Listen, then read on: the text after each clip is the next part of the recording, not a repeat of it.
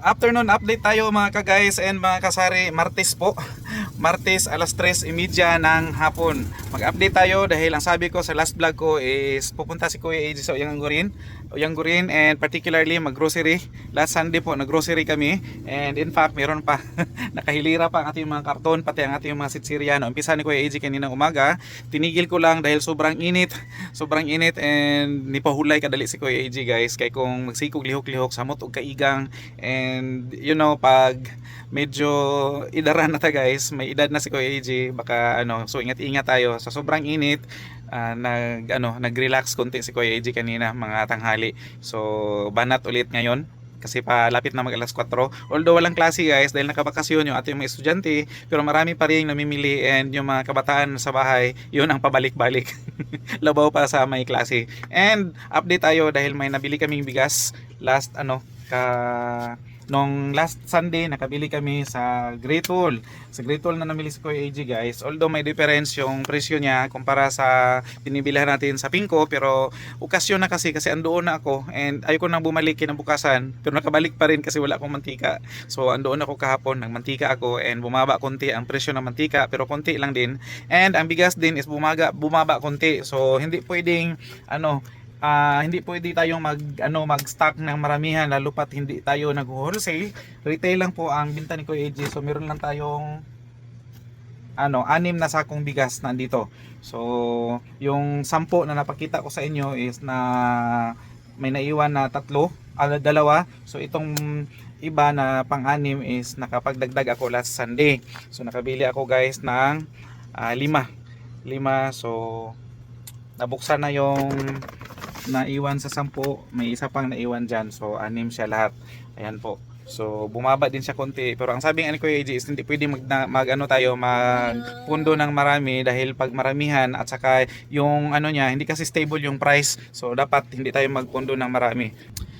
Kasi pag nagkataon guys na marami yung nai-imbak mong mga bigas tapos bigla siyang bumaba, mahirapan ka ngayong i-retail siya kasi sa ibang mga tindahan is mura na niya tapos mahal pa din yung bigas mo dahil nakapag-imbak ka ng marami. So sa mga retailers kagaya ni Kuya AJ, hindi po advisable na mag-stock tayo ng maraming stocks na lalo pat mahal siya guys. So dahan-dahan lang natin dahan-dahan lang tayo sa pagbili ng lalo pat bigas. Okay lang yung ibang mga grocery items dahil hindi naman siya nagsipagtaasan pa yung mga binibili natin mga paninda. So tulad ng nai-promise ni Kuya AJ, ang natin guys, ang nakuha kong info doon, lalong-lalo na sa mga binili namin is stable ang price, hindi po siya nagtaas. So ang nawawala lang guys, nakakatakot dahil nawawala si Milo. Ilang weeks na o ilang linggo na nagpunta si Kuya AJ doon sa binibilhan namin is wala pong Milo na stocks. Kailangan pa namin maglipat ng ibang tindahan para makakuha ng stocks.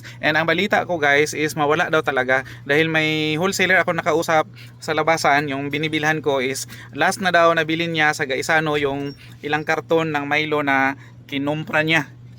Kinuha niya lahat dahil nag-wholesale siya, pero last na daw yon. Hindi alam ng mga in-charge doon kung kailan daw magdating or kailan daw darating yung bagong stocks or panibagong stocks ni Milo. So alarming kasi 3 times or 4 times na nagbalik kami doon sa binibilhan namin, walang Milo at saka need pa namin maghanap ng ibang tindahan sa ibang tindahan. So alarming siya, lalong-lalo na si Milo is mabenta sa mga tindahan natin. So yun, naputo lang dahil may namili.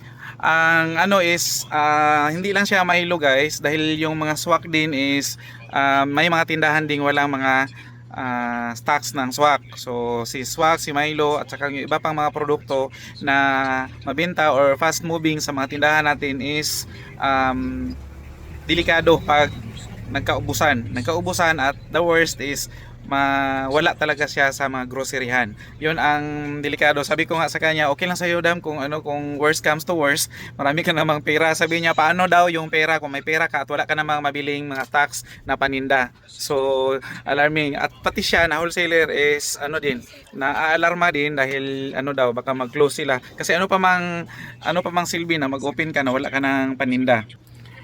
So, uulitin ni Kuya AJ ang presyo sa mga grocery items na mga kadalasan o usual na binibenta natin sa ating mga tindahan is hindi po nagtaasan. So far, very good dahil may DTI na nakamasid. So, ang ating mga binibenta ng mga grocery items is hindi po nagtaas. Maliban na lang doon sa mga mangilan-ngilan na nagtaas talaga. So, hindi siya masyadong alarming. Pero, ang presyo ng crudo guys is umabot na po ng nasa 140 na ata mahigit dahil pumila kami kagabi para ma full tank yung aming multicab. Nasa ang crudo is nasa 125 ang per liter at saka ang gasolina is nasa 94. Pero today, Martes is nagtaas na siya. Ang balita is nasa 140 na ang crudo. Iwan kung magkano si gasolina. So nakipila kami kagabi, mahaba ang pila sa Petron, pero okay lang. Pagka-close namin dito is diretso na kami pumila para ma-full tank. At saka ang ginagawa namin guys, every time na makuhaan siya konti, pakarga na naman ulit kami para kunti lang yung magasto. Hindi ko inaantay na maubos siya na malaki ang makuha kasi pag magpakarga ka is malaki din yung idadagdag mong amount para mapuno yung tangke ng ating gas. And kung stable ang presyo ng ating mga ng ating mga binibiling mga grocery items sa mga groceryhan, ang mga consumables naman na ginagamit namin sa aming tubigan is nagtaas. Lahat siya nagtaasan, ang galon, ang silyo, ang sticker, lahat-lahat guys, pati yung mga bote is nagtaas din. So hugot bakos na po si Kuya AJ para mag-adjust doon sa aming tubigan. May mga tao pa tayong pinapasahuran.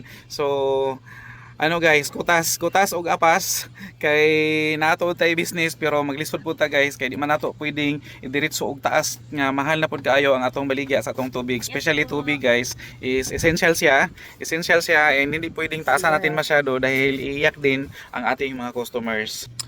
So hanggang dito na lang guys ang update ni Kuya AJ tungkol sa ating mga negosyo, especially sa atong sari-sari store. And bye-bye muna for now. Huwag kalimutang mag-subscribe sa channel ni Kuya AJ dito sa YouTube and sa ating Facebook page, ang AJ Kimpo Vlog sa Facebook guys. Paki-follow nyo na rin ako doon para updated kayo lagi sa mga uploads ni Kuya AJ. And bye-bye muna for now. God bless us all guys.